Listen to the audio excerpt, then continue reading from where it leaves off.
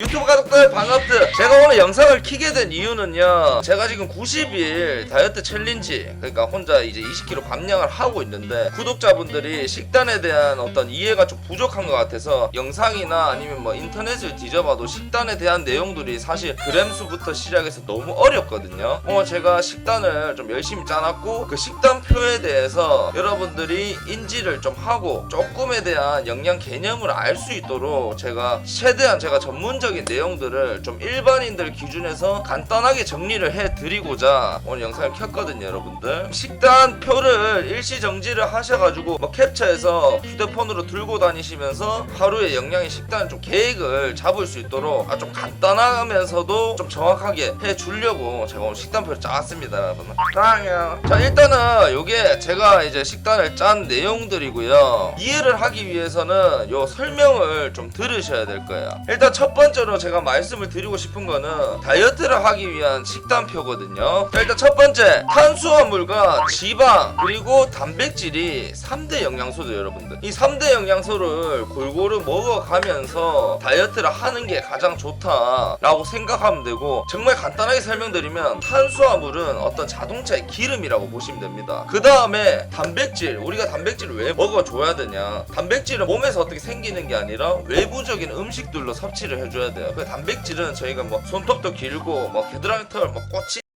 그 다음에 이제 머리부터 시작해서 근육을 이제 구성하는 중요한 영양소가 단백질이기 때문에 단백질 섭취도 굉장히 중요하고, 단백질을 섭취를 잘 해줘야 또 근손실이 또 안 오고요. 그 다음에 이제 지방 같은 경우에는 지방을 너무 적게 섭취를 하면 저희 몸이 좀 살짝 기아 상태가 됩니다. 무기력해지고 굉장히 안 좋아지고, 우리 몸에서는 가장 효율적인 영양소거든요. 얼마 안 들어와도 포만감을 느끼고 에너지로 좀 쓸 수 있고 두고두고 쓸 수 있기 때문에 몸에서는 지방을 좋아하는데, 지방을 어느 정도 일정량 섭취를 해줘야 다이어트에도 도움이 된다라는 겁니다. 이 개념만 잘 아시면 되고요. 삼시세끼나 네끼를 좀 자주 먹어주는 게 가장 좋습니다. 왜냐하면 이 탄수화물이 돈이고 이 우리 몸이 은행인데요. 이 돈을 그때그때 계속 일정한 시간에 갚아주면 신용이 좋아서 언제든지 얘들을 돈을 다시 이제 빌려주겠죠. 근데 우리가 계속 안 갚다가 한 번에 목돈을 은행 아프면 신용이 떨어지듯이 저희 몸도 똑같이 탄수화물을 제 시간에 넣어주고 해줘야 얘는 신용이 좋네, 언제든지 에너지를 써야겠다 라고 생각을 하는데, 공복이 너무 길어지면 신용을 잃게 돼서 지방으로 변환시켜서 얘가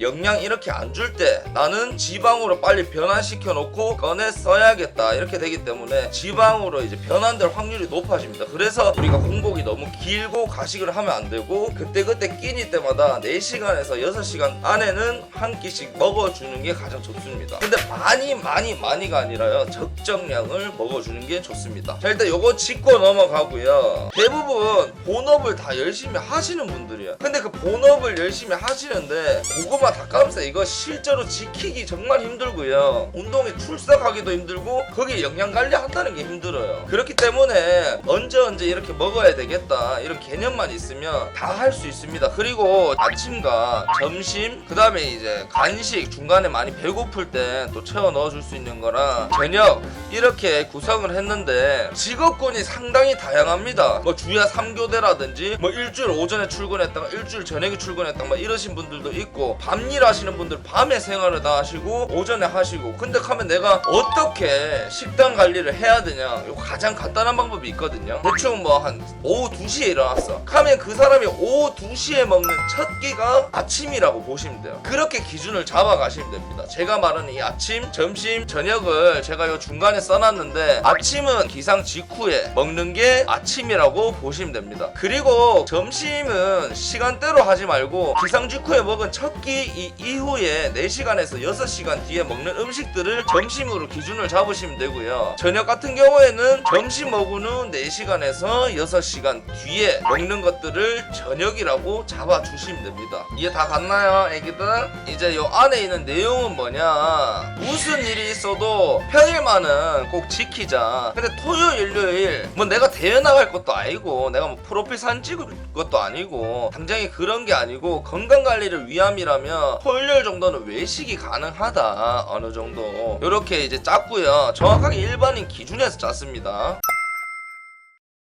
자, 일단은 첫 번째로 제가 탄수화물 얘기를 드리는 거는 탄수화물이 무조건 나쁜 건 아닙니다, 여러분들. 예를 들어서 탄수화물은 뭐냐면 식이섬유와 당질이 합친 거를 탄수화물이라고 해요. 요만한 게 탄수화물이 있어요. 그 안에 식이섬유가 예를 들어서 한 20g 있고 당질이 10g이 있다면 이 실질적인 우리 몸에 저장되는 어떤 살이 찐다고 말하는 이 당질은 10g밖에 없는 거예요. 근데 뭐 백미나 설탕, 밀가루 이런 것들에는 탄수화물이지만 식이섬유가 아주 미미하고 그 당질이 많다라는 거. 그래서 당질이 적고 식이섬유가 풍부한 탄수화물로 대체를 해주는 게 좋은데 그게 현미, 뭐 흑미, 잡곡 여러분들 잘 아시다시피 요겁니다. 근데 우리가 슬러시를 쳐놓은 이유는 맨날 이것만 먹을 수 없어요. 그 안에 고구마가 있으면 고구마를 대체, 이거를 다 먹으라는 게 아니라 요걸로 대체를 할 수 있다. 골라 드셔도 되고 고구마 골라 드셔도 되고 감자, 단호박, 오트밀, 통밀빵 이렇게 골라서 먹을 수가 있다. 이게 100에서 200g이 뭐냐면 우리 몸에 저장되는 탄수화물이 아니라 예를 들어 현미밥이면 100g에서 200g 그 자체의 무게를 얘기하는 거예요. 근데 우리가 수치 계산이나 이런 여러 가지 방법들을 정확하게 나눠서 영양을 지키는 사람들이 제가 실무에 정말 여러 PT원들을 만나봐도 이렇게 수치 다 재면서 할 수 있는 사람이 없어요. 그래서 자기 그 체중에 맞게 어느 정도 포만감이 좀 느껴질 만큼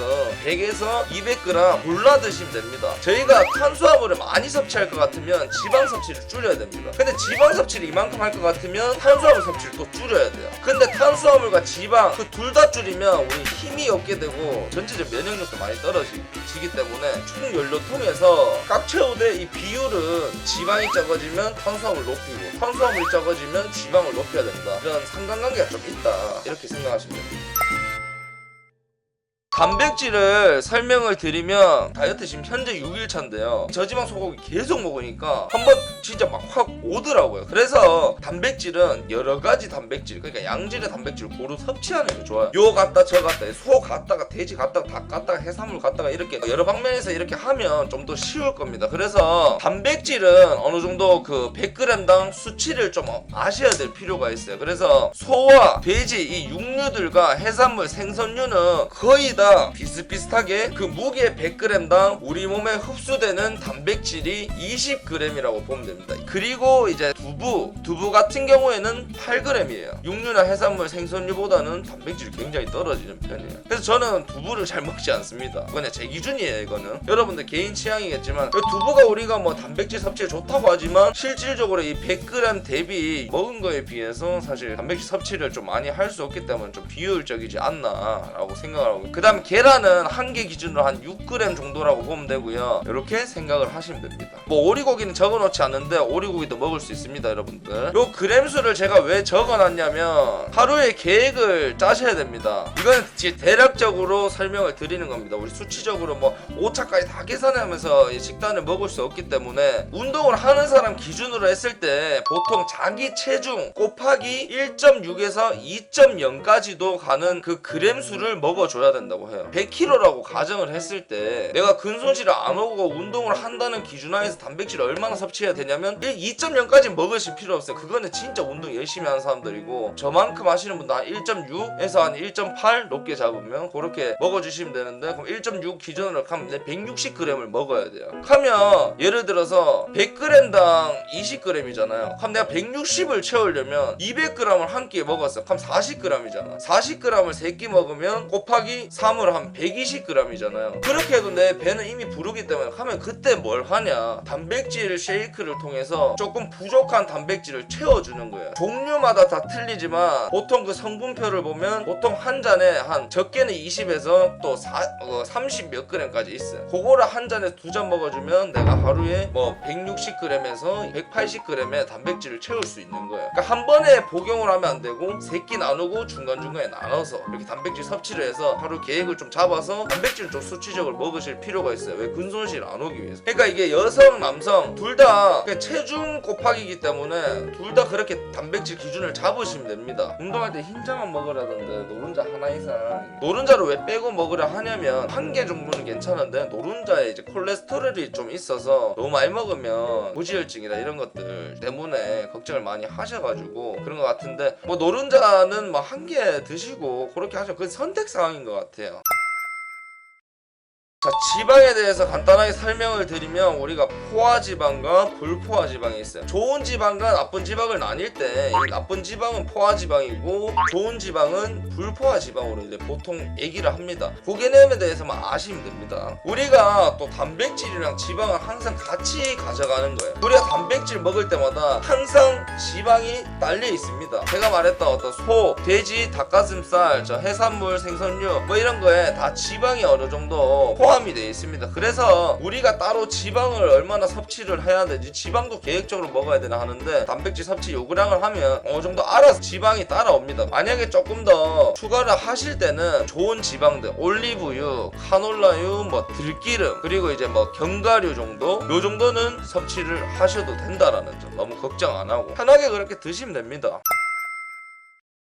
그 다음에 채소는 뭘 먹어줘야 되냐 하는데, 사실은 채소 같은 경우에는 양껏 섭취를 해도 충분해요. 그래 여러분들이 일반 어머니가 차려주시거나 집에서 차려주시는 이런 밥상에 뭐 시금치도 있고 여러가지 이제 각종 나물 반찬들 있잖아요. 편하게 드시면 돼요. 근데 채소 중에서 우리가 섭취를 좀 과다하게 하는 걸 피해야 되는 그 채소들만 피해주면 됩니다. 간단하게 아까 여기 말했던 고구마, 감자, 탄수화물 이거 대체도 된다 이렇게 했던 단호박까지 이 애들을 조심해주면 돼요. 감자, 고구마, 호박, 옥수수, 콩을 제외한 모든 채소는 그냥 여러분들 먹고 싶은 만큼 먹어줘도 됩니다.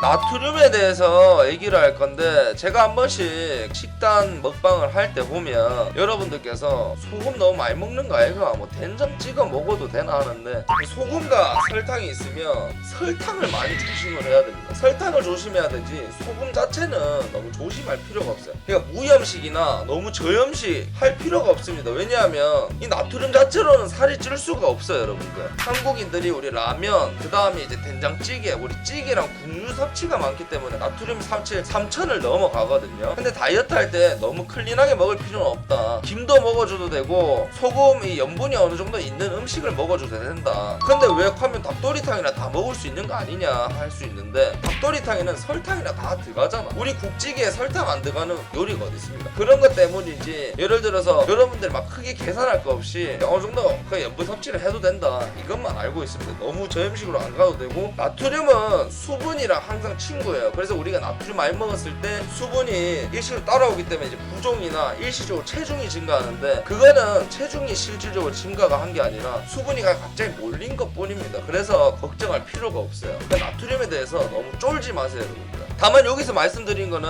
나트륨을 너무 또 그렇다고 편하게 과도하게 섭취할 시에는 고혈압이나 뭐 당뇨 뭐 이런 거 있으신 분들은 위험하기 때문에 그거는 완전 전문가의 어떤 상담 후에 그렇게 섭취를 하기를 권장드리겠습니다. 자, 요것만 이해하셨으면 끝났어요. 오늘 식단에 대해서 끝났고요. 이거 그대로 복사 붙여넣기 한 거예요. 그 다음에 우리가 간식은 뭐 하루 견과라든지 단백질 쉐이크라든지 뭐 계란이라든지 뭐 이런 것들로 간식 넣어줘도 되고요. 우리가 도저히 못 참을 시간이 있어요. 다이어트가 우리 인생의 전부는 아닙니다. 그래서 돈도 벌어야 되고요. 사람 접대도 할 수도 있고요. 제가 술을 또 좋아하는 입장에서 술에 대해서 또 한마디를 하자면, 우리 직장인들이나 여러가지 어떤 직업군에 계시는 분들은 분명히 사회생활을 하셔야 되고 여러가지 뭐 경조사라든지 일이 많으실 거예요. 100% 이렇게 지키기는 어려워요. 아무리 이렇게 선택군이 많아도. 그래서 우리가 외식을 할 수 있는 데가 어디 정도냐, 생선 횟집, 고깃집, 샤브샤브, 해산물집, 그 다음에 카페 뭐 이런 거 정도는 충분히 외식을 할 수가 있다.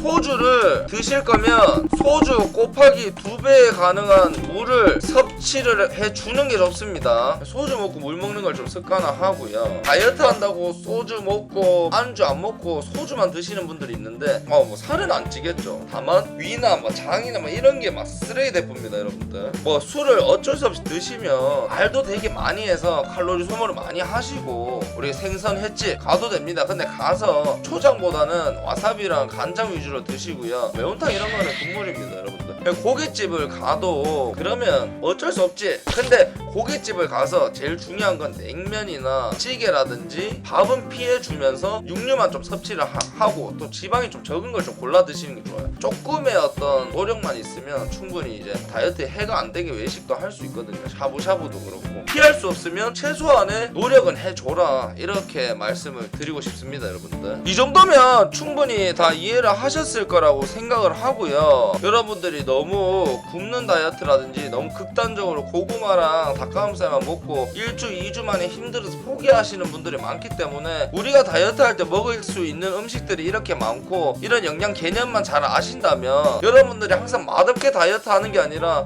여러 가지 선택 상황에서 다이어트를 하셨으면 좋겠어서 이렇게 제가 정리를 했는데, 제가 많이 부족한 게 많아도 어느 정도 참고 자료, 그 다음 여러분들한테 그 인생에서 큰 어떤 도움이 됐으면 좋겠습니다. 여러분들 성공하십시오. 저도 성공하겠습니다. 사랑해요.